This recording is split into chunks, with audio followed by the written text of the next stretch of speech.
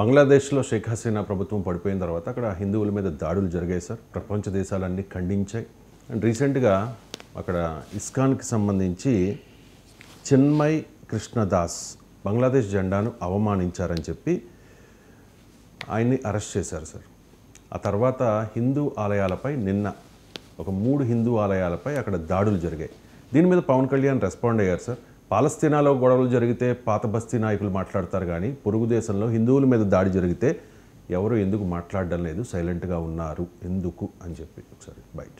పాలస్తీనాలో మనందరం ఖండించాలి కదండి. ఎక్కడో పాలస్తీనాలో గొడవ జరిగితే మొత్తం హైదరాబాద్ ఓల్డ్ సిటీ నుంచి ప్రతి చోట అందరూ లేచి మాట్లాడతారు. అలాంటిది మన పక్క దేశమైన మన నేబరింగ్ కంట్రీ బంగ్లాదేశ్లో హిందువుల మీద ఊచకోత జరుగుతూ ఉంటే, దాడులు జరుగుతూ ఉంటే బేసిక్గా భారతదేశం సమాజంలో స్పందించదు. అది నాకు చాలా ఆవేదన కలిగిస్తుంది. ఇండియన్ ఆర్మీ అంటే ప్రతి దేశంలో ప్రతి రాష్ట్రంలోని సైనికుడు ఉంటారు. అక్కడ వాళ్ళ రక్తాలు దారపోస్తే తప్ప, వాళ్ళ ప్రాణాలు కోల్పోతే తప్ప ఈ రోజున బంగ్లాదేశ్ విమోచన జరగలేదు. షేక్ ముజిబుర్ రెహమాన్ ఆయన ప్రభుత్వం స్థాపించలేకపోయింది. ఇది ఎక్కడో చోట అందరం కలిసికట్టుగా మాట్లాడాలి. ఈ భయాలన్నీ వదిలేసి ఎక్కడ పాలస్తీనాలో జరిగినప్పుడు ఒక ఎకో సిస్టమ్ అందరూ బలంగా వచ్చి నిలబడ్డప్పుడు మీరు బంగ్లాదేశ్లో హిందువులను ఊచకోత జరుగుతుంటే ఎవరు ఎందుకు మాట్లాడరు? అందుకని అది నేను మాట్లాడడం స్టార్ట్ చేశాను. I think it is our fundamental, ఇది మన ప్రాథమిక బాధ్యత. ప్రతి ఒక్క భారతీయ పౌరుడు దీని గురించి మాట్లాడారు. ప్రైమ్ మినిస్టర్ గారిని నాకు ఇచ్చిన అపాయింట్మెంట్ ముస్లిం దేశంలో ముస్లింల మీద ఎక్కడైనా దాడులు జరిగితే సాధారణంగా స్పందిస్తూ ఉంటాయి కదా సార్. రీసెంట్గా పాలస్తీనా మీద దాడుల విషయంలో ఇరాన్ స్పందించింది ఇజ్రాయెల్కి వ్యతిరేకంగా. కానీ ఈ పక్క దేశంలో హిందువుల మీద దాడులు జరుగుతుంటే మన దేశంలో కూడా స్పందన లేదు అనేది పవన్ కళ్యాణ్. బంగ్లాదేశ్లో హిందువులపైన దాడులను తప్పనిసరిగా ఖండించాల్సిందే. పవన్ కళ్యాణ్ ఎవరు ఖండించలేదు అనేది నిజం కాదు. నేను ఎవరు మా ఖండించకపోతే ఆఖరికి నేను మాట్లాడ మొదలుపెట్టాను అన్నారు. మీరు ఒక్కసారి నా యూట్యూబ్లోకి వెళ్ళి చూడండి. పవన్ కళ్యాణ్ కన్నా ముందు మాట్లాడాము. సో ఇలా జనరలైజ్ స్టేట్మెంట్ ఇవ్వకూడదు. డెఫినెట్గా ఆయన ఇచ్చిన సలహా కరెక్ట్. భారతదేశంలో ఉన్న ముస్లిం రాజకీయ నాయకులు, సంస్థలు బంగ్లాదేశ్లో హిందువులపై జరుగుతున్న దాడుల్ని ఖండించాల్సిన ప్రత్యేక అవసరం ఉండొచ్చు, కాదని అంటలేను. ఆయన ఓవైసీలు ఉద్దేశించి అన్నాడు. ఓవైసీలు మాట్లాడమే కాదు, బంగ్లాదేశ్లో హిందువులపై జరుగుతున్న దాడులకు వ్యతిరేకంగా ర్యాలీ కూడా తీయాలి. అది అందులో డిస్ప్యూట్ లేదు.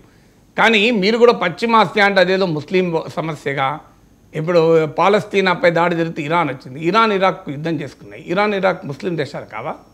ఇరాన్ చాలా 10 ఏళ్ళు అనుకో నాకు తెలిసినంత వరకు. పశ్చిమాసియా చరిత్ర తెలియక మనం మాట్లాడేస్తుంటాం, స్టేట్మెంట్లు ఇస్తుంటాం. ఇప్పుడు మీరు ఇజ్రాయిల్ పైకి ఇరాన్ వెళ్ళడానికి కారణం ముస్లిం అనే కంక్లూజన్లో మాట్లాడారు, అవునా కదా? పాలస్తీనా ముస్లిం దేశం, ముస్లింలు కనుక ఇరాన్ వెళ్ళిందన్నారు. మరి ఇరాన్ ఇరాక్ ఎందుకు కొట్లాడుకున్నాయి? ఇరాన్ ఇరాక్ కొట్లాడుకున్నప్పుడు ఇజ్రాయెల్ ఎటువైపు ఉన్నది? ఇరాన్ ఇరాక్ కొట్లాడుకున్న అమెరికా ఎటువైపు ఉన్నది? నీకు ఇంకో ఉదాహరణ చెప్తాను. ఇరాన్ సౌదీ అరేబియా కొట్లాడుకుంటాయి. ఇరాన్ సౌదీ అరేబియా ముస్లిం దేశాలు, 2 దేశాలు ముస్లిం దేశాలు కదా. సౌదీ అరేబియాలోని ఆరామ్కో కంపెనీ పైన, ఇది Saudi Arabia largest oil produce company, యమన్కు చెందిన హూతీలు దాడి చేశారు. సౌదీ అరేబియా ముస్లిమే, యమన్లో ముస్లిమే కదా. ఇవాళ పాకిస్తాన్ వారు బంగ్లాదేశ్ పైన ఊచకోతకు వచ్చారు. లక్షల మంది బంగ్లాదేశీ పౌరుల్ని, కవుల్ని, కళాకారులను, రచయితల్ని, మేధావుల్ని 1971 బంగ్లాదేశ్ విమోచన ఊచకోత వేశారు. మరి పాకిస్తాన్లో ఉన్న ముస్లింలే బంగ్లాదేశ్లో ఉన్న వాళ్ళు ముస్లింలు కారా? మనకు సౌత్ సూడాన్ల మధ్య కొట్లాడుకుంటున్నారు. సూడాన్లో 2 ప్రాంతాలు ముస్లింలు కాదా? ఇన్ని ఉదాహరణలు చెప్పాను మీకు, ఒక్కటి కాదు 2 కాదు, ఇన్ని ఉదాహరణలు మీకు ఎక్కడైనా. రష్యా ఉక్రెయిన్ వేరు మతాలా? రష్యన్లు క్రైస్తవులు, ఉక్రెయినియన్లు ఎవరు? ముస్లింలే, హిందువులా? రష్యా ఉక్రెయిన్ ఎందుకు కొట్లాడుకుంటున్నాయి? రష్యన్ ఆర్థడాక్స్ చర్చ్, ఉక్రెయిన్ పై కూడా ఇన్ఫ్లుయెన్స్ ఉండేది రష్యన్ ఆర్థడాక్స్ చర్చ్. దాని పేరే Russian orthodox church. So Russian orthodox church రష్యాలో, యుక్రెయిన్లో రెండిట్లో కూడా ఉండే ప్రభావం వాళ్ళే. మరి వాళ్ళు ఎందుకు కొట్లాడుకున్నారు? 2 అమెరికా రష్యా క్రిస్టియన్ కంట్రీస్ కాదా? మరి అమెరికా ఉక్రెయిన్ సపోర్ట్ చేస్తుంది, రష్యా ఎందుకు కొట్లాడుతుంది? అసలు ఇంతగా మనకు చరిత్ర తెలియకుండా మాట్లాడితే ఆశ్చర్యం వేస్తుంది. అందువల్ల ఇది పాలస్తీనా సమస్య ముస్లిం సమస్య కాదు. నేను మోడీ ప్రభుత్వ స్టాండ్ చెప్పాను నాకు పాలస్తీనా పైన. మా మోడీ ప్రభుత్వం ఏం చెప్తోంది? ఇది ముస్లిం దేశం కనుక పాలస్తీనాకు స్వాతంత్రం వద్దని చెప్తానమ్మా? చెప్పమనండి మోడీ ప్రభుత్వాన్ని. అందువల్ల పవన్ కళ్యాణ్ హిందువుల పైన దాడులు జరిగితే భారతదేశంలో అందరూ మాట్లాడాలనే దాంట్లో డిస్ప్యూట్ లేదు, ఖచ్చితంగా మాట్లాడాలి. మాలాంటి వాళ్ళం మొదటి నుంచి మాట్లాడుతున్నాం. బంగ్లాదేశ్లో ఏమున్నది, పాకిస్తాన్లో హిందువులపై జరిగిన దాడులను కూడా మాట్లాడాలి, ఎందుకంటే కూడా అన్యాయం కదా. సో అందువల్ల ఇవాళ హిందూ మతానికి చెందినటువంటి నాయకుడైతే రాజద్రోహం కేసు పెడితే దాని తప్పే. డెఫినెట్గా ముస్లిం హక్కుల కొరకు పోరాడుతామని చెప్పుకునేవారు మరింత ముఖ్యంగా ఖండించాలి, అనుమానమే లేదు. ఎందుకంటే వాళ్ళ మీద ప్రత్యేకంగా బాధ్యత ఉండవచ్చు, నేను కాదని అనడం లేదు. కానీ పాలస్తీనాకు దీనికి ముడిపెట్టి అది కూడా పాలస్తీనాకి ఇరాన్ సపోర్ట్ చేస్తే ముస్లిం అని సపోర్ట్ చేస్తే అంటే ఇప్పుడు మీకు ఇన్ని ఉదాహరణలు చెప్పాను నేను. ఓకే, ఈ ముస్లింలు కొట్లాడుకున్న ఉదాహరణలు ఇంకా బోర్డు చెప్పగలుగుతాను నేను. క్రైస్తవులు కొట్లాడుకున్నాయి బోర్డు చెప్పగలుగుతా. నేను హిందూ రాజుల మధ్య గజపతి రాజులకు మీకు బొబ్బిలి రాజులకు యుద్ధం జరిగింది. ఎవరు ముస్లింలు ఎవరు హిందువులు అన్న చెప్పండి. నేను ఆ ప్రాంతానికి చెందిన వారు కదా రవిశంకర్. బొబ్బిలి రాజులకు తాండ్ర పాపారాయుడు ఎవరి మీద పోరాడాడు? ముస్లింల మీద పోరాడా, క్రైస్తవుల మీద పోరాడా? బొబ్బిలి యుద్ధం తెలుసు కదా మనందరికీ, చాలా గొప్ప యుద్ధం కదా. పల్నాడు యుద్ధం హిందువుల ముస్లింల మధ్య జరిగిందా? కజిన్సే కదా. పల్నాడు యుద్ధం జరిగింది మనకు తెలిసిన యుద్ధమే కదా, మన తెలుగువారి చరిత్ర కదా నేను చెప్పేది. పల్నాడు యుద్ధం హిందువులు మళ్ళీ కొట్లాడుకోలేదా? ఇద్దరు హిందువులే కదా. సో అందువల్ల ఈ రకమైన ఆలోచన సరళి నుంచి మనం బయటపడాలి. ప్రతిదాన్ని మతం కోణంలోనే చూస్తాం, అది హిందూ ముస్లిం డివైడ్లోనే చూస్తాం. చరిత్రలో ఇన్ని వార్స్ ఉదాహరణలు చెప్పాను నేను. ఇన్ని వార్స్ ఉదాహరణలన్నీ ఎవరు వారు మరి ఎందుకు జరుగుతున్నాయి ఈ యుద్ధాలన్నీ? 2 క్రిస్టియన్ కంట్రీస్ మధ్య యుద్ధాలు జరుగుతున్నాయి, 2 ముస్లిం కంట్రీస్ మధ్య యుద్ధాలు జరుగుతున్నాయి.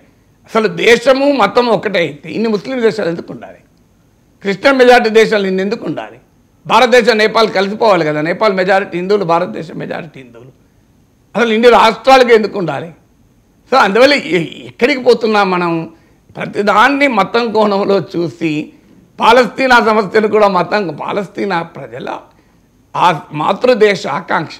పోనీ ఇజ్రాయిల్ ఉన్న వాళ్ళు హిందువులా? నాకు చెప్పండి. ఇజ్రాయిల్ ఉన్న వాళ్ళు ఏమైనా హిందువులు కాదు కదా. సో అందువల్ల ఈ దృక్పథం నుంచి ఇన్ని ఉదాహరణలు చెప్పాను. సో ఈ ఉదాహరణలన్నీ ఏం చెప్తున్నాయి మనకు?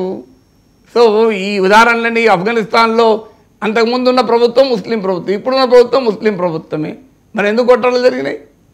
సో అందువల్ల ఈ రకమైనటువంటి ధోరణి నుంచి మొదలు మనం బయటపడితే మంచిది. ఖచ్చితంగా అది పాలస్తీనాలో ప్రజలపైన దాడులు జరిగినా, అది బంగ్లాదేశ్లో ప్రజలపైన దాడులు జరిగినా దాన్ని ముక్త కంఠంతో ఖండించాల్సింది, అనుమానమే లేదు. బంగ్లాదేశ్లో హిందువులపైన జరుగుతున్న దాడుల్ని భారతదేశమే కాదు ప్రపంచమంతా ఖండించాలి. దాని మతం ఏంటండి? మానవత్వం కదా, అరాచకత్వం కదా. హిందూ దేవాలయాలపైన దాడులు జరుగుతున్నాయి, హిందువులపైన దాడులు జరుగుతున్నాయి. సో అందువల్ల దాన్ని అందరము ముక్త కంఠంతో ఖండించాలి. అంతర్జాతీయంగా ఒత్తిడి కూడా తేవాలి, అనుమానం లేదు, దానికేమీ భిన్నాభిప్రాయం లేదు. ఇలా మన మోడీ ప్రభుత్వం షేక్ హసీనాకు రక్షణ ఇచ్చింది. షేక్ హసీనా హిందువా అండి? ముస్లిం కదా. ఆమె నమాజ్ ఆమె అల్లాను పూజించదా?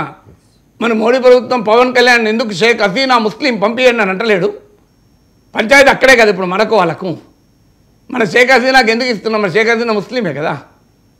మరి దీనంతా హిందూ ముస్లిం యాంగిల్ అయితే షేక్ హసీనాకి ఎందుకు భారతదేశం రక్షణ ఇవ్వాలి?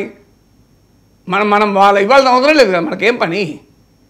అందువల్ల ఈ మతం అనే అద్దంలో ప్రతిదాన్ని చూస్తామనే ధోరణి నుంచి మొదలు బయటపడండి. అది మొదలు బయటపడితే సమాజంలో మన ఒక ఆదర్శవంతంగా ఉండొచ్చు. అందువల్ల ఎక్కడ మానవ హక్కుల ఉల్లంఘన జరిగినా, ఎక్కడ అన్యాయం జరిగినా మనం ఖండించాల్సిందే, అనుమానమే లేదు. బంగ్లాదేశ్లో హిందువులపై జరుగుతున్న దాడుల్ని అందరూ ఖండిస్తున్నారు, ఎవరు ఖండించలేదనుకుంటే పొరపాటు. అది పవన్ కళ్యాణ్ చూడకపోవచ్చు, చాలామంది ఖండించారు, అన్ని పార్టీలు ఖండించాయి, అన్ని మీడియా సంస్థలు ఖండించాయి. ఇది ప్రతిరోజు ఖండించడం అంటే ఏంటి? ఎవ్రీడే అదే మాట్లాడారు కదా, ఎవ్రీడే పవన్ కళ్యాణ్ అదే మాట్లాడుతున్నాడా? సో ఆ సందర్భం వచ్చినప్పుడు ఖచ్చితంగా ఖండిస్తారు, ఖండించాల్సిందే. ఎందుకు శ్రీలంకలో తమిళులపైన దాడులు జరిగినప్పుడు ఖండించలేదా? దాన్ని కాదని అనమా మనం? అందువల్ల ఎక్కడ ప్రజలపైన అణచివేత, ప్రజల స్వేచ్ఛా స్వాతంత్రాలకు, ప్రజల మానవ హక్కులకు దాడి జరిగినా దాన్ని మనం ఖండించాల్సిందే. అందువల్ల పాలస్తీనా సమస్యను బంగ్లాదేశ్ను పోల్చి అదేదో పాలస్తీనా ముస్లిం సమస్యగా ఇరాన్ పాలస్తీనాకు మద్దతు ఇవ్వడమే అదొక ముస్లిం ఇష్యూగా చూస్తా అంటే ఇరాన్ మరి ఇన్ని ముస్లిం దేశాలన్నీ సౌదీ అరేబియా, ఈజిప్టు, జోర్డాన్ ఇవన్నీ ఇజ్రాయెల్ మీద యుద్ధానికి పోతున్నాయి మరి ముస్లిం దేశాలే కదా. ఒక్క ఇరాన్ ఎందుకు మద్దతు ఇవ్వాలి? వీళ్ళందరూ ఎందుకు మద్దతు రాకూడదు? వీళ్ళందరూ రావాలి కదా మరి. మిగతా అన్ని Saudi Arabia, Iran, United Arab Emirates, Qatar, Bahrain ఎన్నున్నాయండి గల్ఫ్ దేశాలు అక్కడ. ఈజిప్టు, తునీషియా ఇవన్నీ ముస్లిం దేశాలే కదా. ఇండోనేషియా, మలేషియా, పాకిస్తాన్ ఇవన్నీ కలిసి, టర్కీ ఇవన్నీ కలిసి ఇజ్రాయెల్ మీద యుద్ధానికి పోవాలి కదా. ఇరాన్ ఎందుకు ఒక్క ఇరాన్ ఒక్కటే కదా ముస్లిం దేశం. ఇవన్నీ ముస్లిం దేశాలు ఇవన్నీ మరి కలిసి ఇజ్రాయెల్ మీద యుద్ధం ఎందుకు పోతలేవు? దీనికి ఆన్సర్ ఉండాలి కదా మనకు.